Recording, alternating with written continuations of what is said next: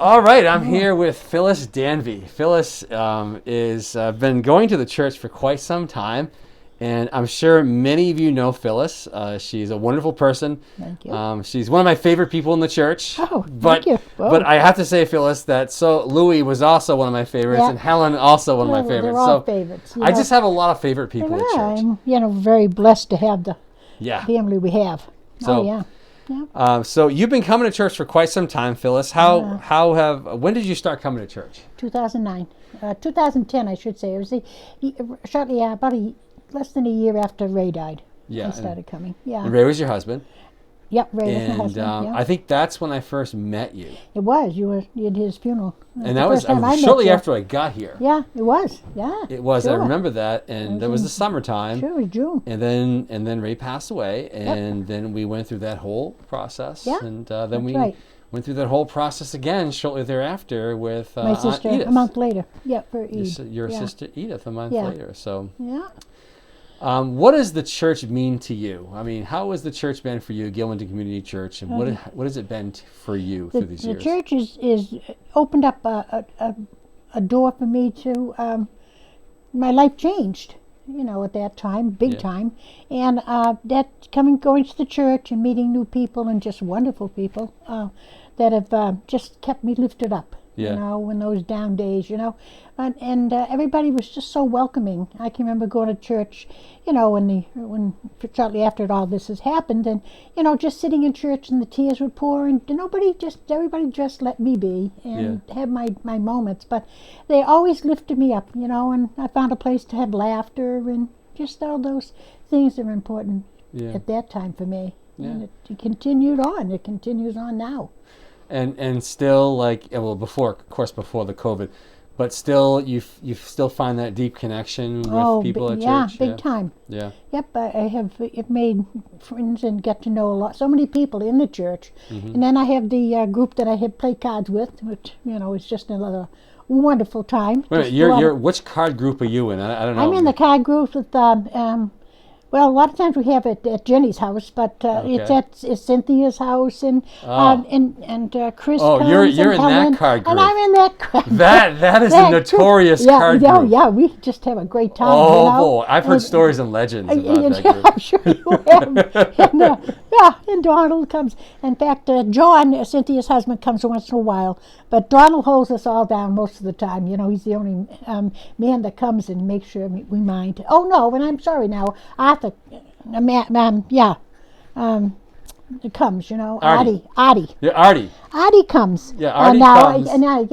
And he's a sketch. He's funny. I've heard that he's quite a ham. He is. He really, but he's a lot. They're just a great group, Yeah. And you can just be yourself and laugh, and it's just a wonderful social time. Mm-hmm. And then they have snack times, and we do it in the afternoon now. We used to do it nights, but driving at night's yucky, especially in the winter. But so just I'm so glad you're connected like that, and that's really what the church is for so many folks. It's just a place of connection, community connection, spiritual connection. That's friends. Right. It's friends. That's right, friends, and in the dump run cafes and other places you could just stop in, stay or just stop in and have a cup of coffee, and that's just such a wonderful outreach to our community. Absolutely wonderful. Nice. So I think that how long have you been living in Gilmanton? Ray and I moved up here in '72 after his accident. So that was a really big event in your life, and I'm sure a lot of people don't know what that is. Do you want to briefly tell about what happened? Ray and I were, fairly young. We had 2 children. One was 4, and one was that's 18 months, I think. Yeah, at that time, I was 17. And Ray went off to work as usual. He was in construction. He was the foreman on the job in Lowell, and it was winter time, and they had a propane tank heating the building that they were, working on, and apparently the tank was on the sidewalk, blocking people's, walking on the sidewalk. So people complained, and so the VAPI Construction, who was in charge of the whole thing, was asked to move the tank. So Of course, they got a construction fella out there, and that worked for Vappy, and not Ray's company. And he moved the tank, and when he did, the valve broke, and the gas, of course, immediately went out and went down the road, and filled the whole street with gas, Okay. propane, and there's blessings in all things, because normally if it had been a little later, the school bus goes right on that street. Oh, boy. But on the other hand, there was 4 people. There was 13 injured. 4 people died. A mother and 2 children, and children were in the car, but they were. I had no idea it was such a serious Oh explosion. yeah, oh yeah. Whoa. Yep, and a young fella who was around 19, he was walking down the road and got engulfed in it. Ray got engulfed in it, and his body was burnt. 45% of his body was burnt. And then a young college student, she didn't make it. And a fella that Ray and his cousin, who was also in the fire, worked with, and he had just come back to work. He had been laid off, and he had 13 children, 10 at home, and he died because due to all the burns, And so it was all that. That time was a tough time, because it was when skin grafting after another for Ray and the burns, and it went on, for about 2 years of all that, So, life changed, and my husband was having a tough time with all of it, of course, Oh, yeah. And, Post-trauma, I'm sure that was very difficult. so we had our cottage here, Yeah. down, where Scott is now, and he was starting to get into a little, I think, down depression or Yeah, whatever. that's understandable. And so he wanted to change, so we put our house up for sale and we moved to our cottage. And bless you I guys. have to tell you, we had so many people that came up and helped us move, insulated our cottage at the time. It was our snowmobile haven. Sure. Yeah, and we've been here ever since, in '72. Nice. So, Yeah. no regrets. No. None. I love living in the country, and I go back down to Massachusetts. I say, just get me home. Just get me home. It's You crazy. sound like me going to visit my brother down Yeah. in Mass. It's Oh, like yeah. as soon as I Oh. cross that line, I'm tense. And as soon as I cross the line back to New Hampshire, it's like, Yeah, it really is. bienvenue to New Yeah, Hampshire. It's like, yes, I am. I yeah. feel welcome here. People just don't. I don't know. I guess if you live, I grew up in, born in Everett, grew up in Stoneham. We moved to Burlington, and when Ray and I bought a home in Chelmsford, a brand new home, and at the time everything was great. But once you come here and you feel that country life, You're never going back. Yeah, it's Yeah, true. you become a refugee. And Yeah. You're not going back to that place ever again. No, so. we got into snowmobiling and cross-country skiing, and Yeah, you used to snowmobile with a snowmobile Oh club yes, all around. yeah. right? And my son Scott and my other son Craig both are into that now. They but both do that now. yeah, in fact, I went out last winter with my son. It was a wonderful time for I'm the sure whole you day. go out again. I'm positive when we get Yeah, some good snow I'm coming. going to be right up there. I've thought about buying one, but it's Really? either I go with my sister down south or I buy a snowmobile, but something that keeps me involved. Well, being out. That's a big challenge. So Yeah. you might not be able to travel very much. So you may need No, to I get know. that snowmobile. Yeah, that's right. You got it. There you go. That sounds like a fun yeah, plan. I'm pondering it. Sounds like a but, very yeah, fun plan. but Well, we're glad you're here. So you really like Gilmanton. So yeah, the years yeah, you've been here. it's a great. I've met so many wonderful people within the town. Have you seen it change much at all? Or? Oh, big time. Really? Oh, yeah, big How time. has Gilmanton changed? Um, I've only been here for 11 years, so compared Okay. to how many years you've you been know, here it was a lot more of farms and Yeah. that kind of thing. And now, people are posting their land and, for deer hunting and Mm-hmm. all of that. It's becoming a little more suburb than Okay, it is yeah. country. And yeah. I see a lot of that, and all the old families that were here, and you just kind of knew them from, but all that, but the young people are moving in. I just would love to see them open up more avenues for the young people to stay here Yeah. instead of having to move out of town because there's nothing here for them. The same with the older people. There's nothing that offers the older people of our town to stay here if they have to leave their home. You know, Gotcha. so, but that's all part of. Yeah, it's all part of it, and, Yeah, but it's yeah. still a great town in your mind. I'm It sure. is. Oh yeah, Yeah, yeah. It's good people, and people that they really care about you. They care, and they share their lives. They're just down to earth people. Yeah, yeah, yeah. It's, I like that. So now you raised your kids here, basically. Yep, I did. Yeah. They kids went to kindergarten. In fact, they went to the Evangelical Baptist Fellowship that used down on Stage Road. That used to be. They went to kindergarten there. Sure. In fact, I was an assistant kindergarten teacher with Renee and Larry DeBow, which are a wonderful couple. And so it was a good basis for us, a Christian kindergarten. So and it was Nice. good. And they've appreciated living here too. Oh yeah, they have. Yeah, they have. They love. Of course, Scott's into the hunting and all that stuff, and Craig's into the diving. So Oh yeah. yeah, so Good areas for both of those. Yeah, things, it is. sure. And they, as children, they could go out and roam and go off for the day as long as they were back at a certain time, and and it was a life that was left them lots of freedom. It's small town living at its best right there. It's still it is. kind of like that, but Yeah, I think once they got to be old as teenagers, that wasn't their thing. They were moving on, which is normal for that age. Yeah, they find their own lives. Exactly. So now, what about faith for you? When did you My faith. realize you had have you always had a faith? I think my faith. It just.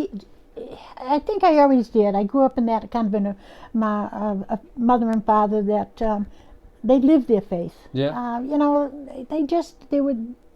I had the most wonderful childhood as far as never feeling insecure, feeling loved. My dad grew up in foster homes, so he made sure that his family was secure. And we worked hard, and Mom was the one that stayed home and did, took care of the home, and that's how it was then, Sure. And but I was just blessed with a good basis for my life, and my faith grew from that. And I think and even at my age, my faith is still growing. It's still growing. It's not something I say, well, I've reached heaven. I'm still, every day is a learning curve for me and my faith, And every day there's some kind of growing. It is, and I'm thankful for it, and just when you think you got it all together and it doesn't happen, you find out, wait a minute, I got to call on the man upstairs because he's there listening, and sometimes I don't listen to him, but, and he probably shakes his head, I'm sure, like, well, she's at it again, but but other than that, I think that my faith continues to just grow, and I'm thankful for that. So, when have you felt closest to God in your life? And the closest part, I think, that's a toughie. The closest I felt to God, I think, in my older years, probably because I was alone more. Yeah. I was searching for that comfort, more comfort. The past 10 years, basically. Yes. And, when you're on your own and, life stops. When you've got it all mapped out, we were going to travel, we were going to do this. Yeah. So I started, I think, in a deeper search. And going to Bible studies, which I had done before with my sister over in Maine, and coming here. And all of those deepened my my need to look deeper into myself, into what God has in plan for me in my life. Yeah, I think that's, and I'm thankful for that, because I know that every day when I wake up, He's there. He's there with me and listening to all my woes and all my aches and pains too. Well, I think that's encouraging, is to know that you have a God that is there for you. He is. In all your small stuff and big stuff as well. He is. He's there at all those times, And that's a deep faith. Even when I'm not listening, He is. Yeah, speaking of listening now, and I'm hesitant to say this because I don't want you to stop. But when I'm preaching and people are in the congregation, and even I noticed this a few weeks ago when we had our in-person services briefly. I always key in on you as one of the people I key on, because when I'm preaching, I'm in my own world up there. Oh yeah, especially in that high pulpit, and I feel like I'm in the nosebleed seats. Yeah. But I always key in on some people, and because I just need to do that, And I key on you because you always respond to my sermons. Oh, yeah. I can see your response on your face. Oh, really? Yeah, I can. No kidding. And I really can see you're listening, and you're engaged with what I'm trying to say, and that really helps me. Thank you. Preach. It really does. No, I thank you, and don't stop doing it because I mentioned it. No, I won't, because when I listen to you, I'm listening to what I think of you up there, and God speaking through you. Well, hopefully God's speaking, helping you to hear through what I have to say. Yeah, because He is. That's what He's talking through you. And I'm listening to the message that he has given you to share with your parishioners. And your sermons, I've always been very, very pleased with your sermons. Well, I appreciate your that, sermons have very much depth to them. And, even to the time you had the fishing rod up there, I thought that was a howl. Oh, you remember that one? That was a long time ago. I think that was one of the first things I actually saw you use. Presenting the fly, I think it was. Yeah, it was something like that. Yes, I remember that sermon so well. I can remember that. I said, Yes, I do remember that. So what do you miss most about life is different, and it's going to return, but what do you miss most? What are you looking forward to most about getting back to? Getting back to church? Or anything in this world. Getting back to being with people. Yes. Oh, yeah, without that mask on. I gotcha. It's hard. Yeah, because, people, I'm a social person. I like to be around people. I like to talk and laugh and, kid around and, and different things like that. And that's the best things in life. Fulfill your life, fulfill your connection. Yeah, going back over to see my sister in Maine and stuff like that, I'm blessed that Scott comes up and checks and makes sure Mom's still living in the morning, but it's good that he lives right down the he lives right over the hill, but I think that's just getting back to my normal life. Well, I think you are in good company because I think we're all looking for that, and I can't wait to get back to things that we know going and out to eat and. Feeling relaxed when you do it. Too. Not tense and and then worrying about, oh my gosh, I go out, I have my neighbor next door, and she won't come out of the house with this whole virus thing. So, and I miss going out, let's go for lunch, or I'll call this one, hey, you want to meet for lunch? And I meet my sister and some of our friends that were through her, and that we have lunch with, and stuff like that, that makes you get up in the morning and say, gee, what am I going to do today? I know God has a plan for me, but it's nice to just be around other people. I agree. I'm looking forward to that too. Yeah. Well, speaking of which, it's been nice to be around you today. So it's nice to have a little conversation with you, and I know people in the church always appreciate hearing from folks in the church. So. Yeah, I have a little song. Sometimes I go out and sit at night, and I sing to myself or whistle to myself. Well, that's good. People hope to sees me and, oh my God, she's losing it. But anyway, but I always sing, I'm so glad I'm a part of the family of God. Amen. I was washed in the fountain, cleansed by his blood. Yeah. And it goes, I'm so glad I'm a part of the family of God. Yeah. I was washed in the fountain and cleansed by his blood.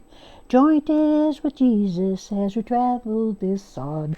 I'm a part of the family of God. You may notice we say brother and sister around here. It's because we're a family and folks are so dear. When one has a heartache, we all shed a tear and rejoice in each victory of this family so dear. Amen. That's what church means to me. Amen. I love that. We're going to sing that hymn in church pretty soon. Oh, We haven't sang that in a long time. That's a song that I think it really tells you what church is all about. Amen. Yep. Well, Phyllis, thank you for today. I really appreciate it. Thank you. And wave to the church people and say hello. Take care. All right. Thank Bye-bye. you.